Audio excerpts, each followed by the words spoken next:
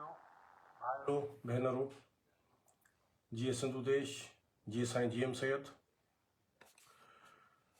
अॼु नओं साल आहे ऐं नए साल जी शुरूआत सॼी दुनिया में थी आहे। असां वटि बि तक़रीबन कुझु मिंटनि में नओं साल शुरू थींदो। मां सिंध जे सियासी वर्करनि सां ऐं क़ौमी कारकुननि सां मुखातिबु आहियां। मां सिंध जे हारियुनि सां, पोरहतनि सां, वकीलनि सां, अदीबनि सां ऐं दानिश्वरनि सां मुखातिबु आहियां। सिंध जे हर ॿोली ॻाल्हाईंदड़ नस्ली ऐं लिसानी गिरोह सां तालुक़ु रखंदड़, समूरनि मज़हबनि मसलकनि सां तालुक़ु रखंदड़ सिंध वासियुनि सां मां मुखातिबु आहियां। बाशऊर सिंध जा माण्हू सिंध जो ज़मीर ऐं सिंध जो शऊर आहियो। असां हिन नए साल में जेको किथे शुरू थी चुको आहे, जीअं मूं चयो त कुझु कलाक थी विया त सही, किथे हिकु ॿिनि मिंटनि में शुरू थियण वारो आहे। असां हिन नए साल में पंहिंजे पुराणी जेका असांजी कैफ़ियत आहे, पुराणी जेका असांजी सूरत हाल आहे, उन ते गौर वीचार कंदासीं। असां गुज़िरियल साल, उन खां बि गुज़िरियल साल ऐं उन खां बि गुज़िरियल साल, जेकॾहिं असीं 47 खां वठी अॼु हे 2026 ताईं इहो सॼो सफ़र जेकॾहिं तय कंदासीं त असीं ग़ुलाम रहिया आहियूं। ग़ुलामी ग़ुलामी ग़ुलामी ऐं हर साल जेका आहे उहा ग़ुलामी सिंध जे समाज खे, सिंधी क़ौम खे नीस्त ऐं नाबूद करण जे लाइ पंहिंजा उहे 20 नहनि जा ज़ोर ॾेई रही आहे। गुज़िरियल साल तमामु घणी सिंध में उथल पुथल हुई ऐं दरियाह ते धाड़ो, उन जे ख़िलाफ़ जदोजहद, क़ौमी कारकुन उन्हनि खे खंभणु, उन्हनि खे गुम करणु। कल्ह बि मुज़ाहिरो थियो आहे जामशोरे में सर्वेच नुहाणी जे लाइ। ऐं सालनि जा साल असांजा नौजवान जेके आहिनि उहे क़ैदो बंद में आहिनि। वसीलनि जो, मादनी वसीलनि जो जेको इस्तेहसाल आहे उहो तेज़ीअ सां जारी आहे। दरियाह जी जीअं मूं ॻाल्हि कई त सिंध जूं क़ौमी तहरीकूं, क़ौमी पार्टियूं, वकील, बाशऊर सिंधवासी, मर्द, औरतूं, शागिर्द, हारी, पोरियत सभु रोडनि ते निकिरी आया ऐं हज़ारनि जी तादाद में असां ॿाहिरि निकितासीं। हाणे 26 अची वई आहे ऐं उन 26 में बि असांजी उहा साॻी कैफ़ियत आहे त असां हेॾे वॾे तहज़ीब जा ऐं तारीख़ जा वारिस ऐं अज़ीम क़ौम जेका दुनिया में 2-3 जेके वॾियूं तहज़ीबूं आहिनि, उन्हनि तहज़ीबुनि में उहा सिंध जेका शहरी रियासत जी ख़ालिक, अज़ीम तहज़ीब जी मालिक जेका वारिस सिंध आहे, उहा सिंध ग़ुलामी जेका आहे सा उहा 25 वारी 26 में बि साॻी आहे। पर असां सिर्फ़ु ग़ुलाम रुॻो न आहियूं, रियासत जे पारां उहा जेका नफ़्सियाती जंग आहे त असांजे माण्हुनि खे ग़ुलामी हज़म कराइण वारा किरदार जेके आहिनि उहे बि असां मां पैदा कया विया आहिनि। ग़ुलामी हज़म था कराइनि, नस्ली फ़सादनि जे सूरत में गुमराह था कनि माण्हुनि खे, बुनियाद परस्तीअ जे आड़ में गुमराह कयो पियो वञे, जागीरदारीअ जे सूरत में आङुर चटाए इक़्तिदारी सियासत जे बहाने सां सिंध जे ग़ुलामीअ खे मज़बूत कयो पियो वञे। इन सॼी सूरत हाल में जिते असांजा नौजवान अगरि मुज़ाहिरो कनि था, बिजराणी लिगारी ॻोठ जो मां ज़िक्र कंदुसि त कहिड़े तरीक़े सां असांजे उन्हनि नौजवाननि खे सिर्फ़ु एहतजाज करण जे हुन में गोलियूं हणी सिधो जेको शहीद कयो वियो।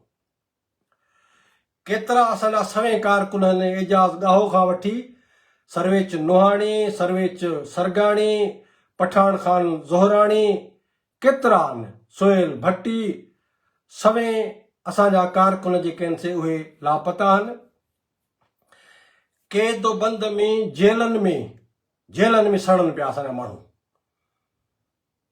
जेलनि में बंदि आहिनि, टार्चर सेलनि में बंदि आहिनि। शहादतूं बार बार असांजे मुख्य अॻुवाणनि खे वठी करे जेरो साड़ण खां वठी ऐं उन्हनि जे दिलि ऐं अखियुनि में जेके आहिनि से गोलियूं हणी असांखे इहो पैगाम ॾिनो वियो त ग़ुलामी क़बूल कयो, ग़ुलाम थी रहो, रहियत थी रहो, क़ौम, वतन, आज़ादी, तहज़ीब इहे शयूं छॾियो। पर इते हिकिड़ो जेको बुनियादी जेको सवालु आहे, जेको मां चवंदो आहियां त तारीख़ जेको लीको कढियो आहे त हिकिड़े पासे बाज़मीर इंसान आज़ादीअ खे चाहींदड़, आज़ादीअ जे लाइ क़ुर्बानी ॾियण जे लाइ तयारु थींदड़, पंहिंजूं ज़िंदगियूं, असांजूं ज़िंदगियूं कुझु बि न आहिनि। शख़्सी ज़िंदगी 60-70 साल जी थींदी आहे न, क़ौमुनि जी ज़िंदगी थींदी आहे क़यामत ताईं। इन करे उहो वतन, उहा क़ौम, उहा तहज़ीब, जंहिं तहज़ीब सॼी दुनिया खे ॿोली ॾिनी, तहज़ीबुनि जी माउ सिंध, ॿोलियुनि जी माउ सिंध, इंसानी माणपे जी, रवादारीअ जी ऐं वकार जी माउ सिंध, उहा सिंध अॼु ग़ुलाम आहे। उन ग़ुलाम सिंध जो जेको हे नओं साल आहे, इन साल जे हवाले सां मां सिंध जे माण्हुनि सां, सिंधी क़ौम सां मुखातिबु आहियां, छाकाणि त 17 जनवरी बि अचे पई। तजदीद अहद वफ़ा जेका असीं कंदा आहियूं सिंधु देश सां, रुगो तजदीद न पर जदोजहद, गॾियल जदोजहद, पुरअज़म जदोजहद, बेखौफ़ जदोजहद। छाकाणि जीअं मूं सवेर गुज़ारिश कई त माण्हू जेके असांजा सियासी अॻुवान कारकुन जेके शहीद थी विया आहिनि, छाजे करे? वतन जे आज़ादीअ जे उन अज़म खे पंहिंजे सीननि में रखी आख़िरी उमेद जेका आहे न, जॾहिं मां चवंदो आहियां त शहीद मुज़फ़र भुट्टो खे जॾहिं अखि वटि पिस्तौल रखियो हूंदो दुश्मन, उन जी जेका आख़िरी मुर्क हूंदी त वेठा आहिनि, मां हिकिड़ो आहियां ऐं मां आख़िरी न आहियां, ऐं हुनखे चई त हलायो। उहो जेको अज़म, उहा जेका उमेद खणी शहीद असांजा समूरा शहीद आख़िरी घड़ीअ ताईं जिन शहादत क़बूल कई, उहा शहादत छा हो? उहा शहादत तव्हांजे मथां वेसा हो त हे वेठा आहिनि, असांजे मथां वेसा हो, हे वेठा आहिनि, हे आज़ादीअ जे सूरत में इहे पलांद वठंदा, शख़्सी पलांद न, ज़ाती ऐं असीं कबीलो न आहियूं। तंहिंजे करे उहो जेके शहादतूं आहिनि, जंहिं मक़सद जे लाइ ऐं जंहिं अज़म जे लाइ, उन अज़म खां वधीक उन एतमाद जे लाइ यकीन, मुस्तहकम यकीन हो त हे विढ़ंदा, आज़ादी वठंदा। तंहिंजे करे असीं मरूं था। सुभाणे असां मां, तव्हां मां कंहिंखे बि वठी दुश्मन जे करे हिते सीने ते बंदूक रखी ऐं चवे त ॾे हाल वाल, उन वक़्तु तव्हां मुश्की चइजो त पोयां वेठा आहिनि, विढ़ंदा। आज़ादी वठबी, आज़ादी वठबी, आज़ादी कंहिं बि सूरत में वठबी। तंहिंजे करे उहो जेको एतमाद हो, हे जेके गुम थियल आहिनि, 10 सालनि खां गुम थियल आहिनि। एजाज़ ॻाहे खे 10 साल थी विया आहिनि, सोहेल भट्टीअ खे 10 साल थी विया आहिनि, सर्वेच नोहाणीअ खे 6 साल थी विया आहिनि, पठान खान ज़ोहराणीअ खे, सर्वेच सरगाणीअ खे, केतिरा नाला खणूं। इहे अंदरि हर पल, हर सेकंड ज़िंदगी ऐं मौत सां विढ़ंदा हूंदा। ऐं इन करे ॿाहिरि नथा अचनि त हू सरेंडर नथा कनि। सरेंडर छो नथा कनि? इन करे त हुननि खे एतमाद आहे, असीं क़ौम आहियूं, असीं वतन आहियूं, असीं राजा ॾाहिर जो औलाद आहियूं, दरिया ख़ान जो तसलसल आहियूं। तंहिंजे करे उहो जेको पल पल जेको हिकिड़ो हिकिड़ो सेकंड उन्हनि जो जेको आहे न, उन उमेद में आहे त हीअ सिंध उथंदी, पार्टी असांजी उथंदी, नौजवान उथंदा, जदोजहद थींदी, आज़ादीअ जे सूरत में हे नतीजा वठंदासीं। तंहिंजे करे शहादतूं बि असां ॾिनियूं आहिनि, अञा बि ॾींदासीं, लापता थिया हूं अञा बि थींदासीं, जेलनि में वाड़ियो पियो वञे अञा बि वेंदासीं, पर तिर जेतिरो बि सिंध पोइते न मोटंदी। हे मां नए साल जे पहिरें ॾींहं ते पंहिंजे क़ौम खे चवां थो त आज़ादीअ जे अज़म तां फ़िक्री, नज़रियाती, क़ुर्बानीअ जे जज़्बे जे हवाले सां, जदोजहद जे हवाले सां पोइते न मोटबो।